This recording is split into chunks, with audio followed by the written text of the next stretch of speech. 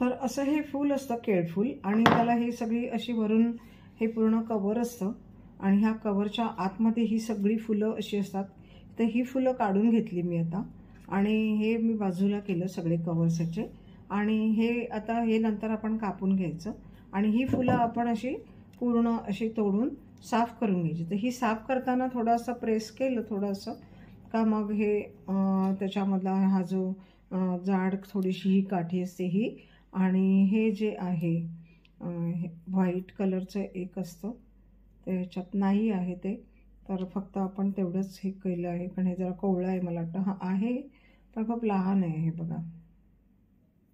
हे बघा हे असं असतं आणि ही जी काठी आहे ही एक काठी ही काढून टाकायची. ती खूप कडक असते आणि ती काही खात नाहीत आणि कसं असतं प्रत्येक भाजीचं वैशिष्ट्य असतं आणि काही काही भाज्यांमध्ये कसं काही काही गोष्टी असतात त्या आपल्याला काढाव्या लागतात भाजी बनवायच्या आधी. तर तसंच या भाजीमध्ये पण ह्याचं हे वैशिष्ट्य आहे की हे जे 2 पार्ट्स असतात तर ते काढावे लागतात. हा एक पार्ट आहे त्याचा आणि हा एक त्याचा मोठा असा जो केसर आहे तो काढावा लागतो. तर हे काढून मग त्याची भाजी आपण नंतर कापतात. तर आता आणखीन एक दाखवते बघा. हे बघा हे जे आहे हे असं आणखीन हे असं असे हे 2 भाग हे काढायचे असतात आणि मग आपण हे असे सोलून प्रत्येक असं हे सोलून घ्यावं लागतं फूल. त्यामुळे ह्याला थोडा वेळ लागतो ह्या भाजीला म्हणून ही भाजी थोडी आधी ह्याची तयारी करावी लागते. तर अशा प्रकारे हा जो भाग एक आहे भाजीचा आणि हे काढावं लागतं असं. तर आणि हे काढल्यानंतरच आपण ह्याची भाजी आपण नंतर ह्याला कट करून मग आपण त्याची ही भाजी बनवणार आहे. तर ही भाजी साफ केल्यानंतर कापल्यानंतर सुद्धा असं नाही की तुम्ही जस्ट ह्याला वॉश करून घेतलं आणि लगेच ह्याची भाजी बनवली असं नाही होत. तर ही भाजी आपल्याला थोडा कोमट पाण्यामध्ये टाकावी लागते थोडा वेळ आणि ठेवावी लागते कारण ह्याला थोडासा चीक असतो म्हणतात.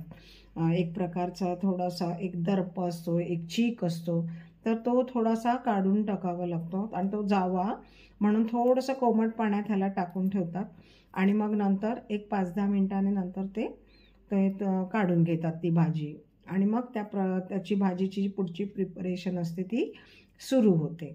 तर हे अशा प्रकारे हे आपण असं काढत आहोत. आता हे मी सगळं काढून घेते आणि मग त्याच्या पुढची मग तुम्हाला प्रिपरेशन आणि त्याच्या पुढची प्रोसिजर मी तुम्हाला नक्की दाखवते. ओके. हे आहे सगळं वेस्टेज हे आणि हे मी पूर्ण साफ केलं.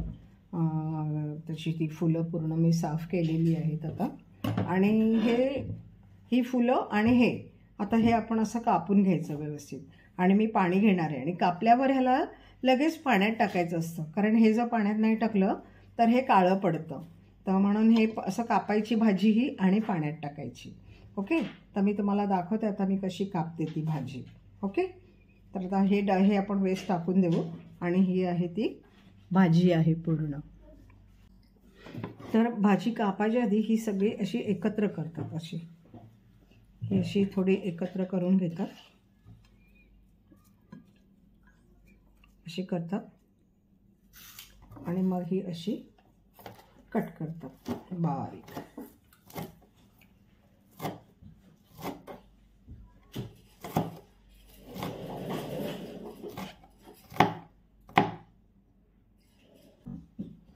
आणि कापलेली भाजी आपण पाण्यात टाकत जाऊया म्हणजे ती भाजी त्याच्या पाण्यामध्ये फ्रेश राहते.